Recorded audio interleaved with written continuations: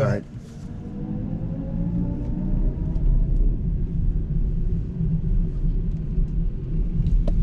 So remember, we're gonna roll through here. Mm-hmm. This line now, accelerate. More.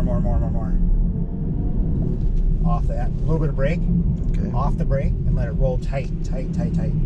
All the way around. There you go. Discount. Accelerate. A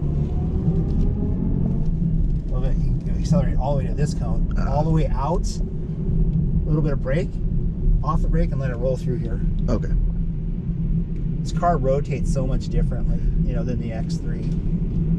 Now we get to this cone. Now accelerate. Then off, brake, then we're gonna go through the tall cones. Feel better? Yeah. Oh, You're good. Go ahead. We're good. Go ahead. my bad. Feel how, you know what I mean? It takes like practice Mm-hmm. because it drives so much differently. Yeah. You know, and again, not bad. It's just that it's different. I see. You can feel the weight, right, and how it moves. But then the acceleration's crazy. Now throttle here. Throttle. Come on, more. Off. Yeah. Brake. And then we're gonna come through the tall cones. Okay. Okay, we'll do.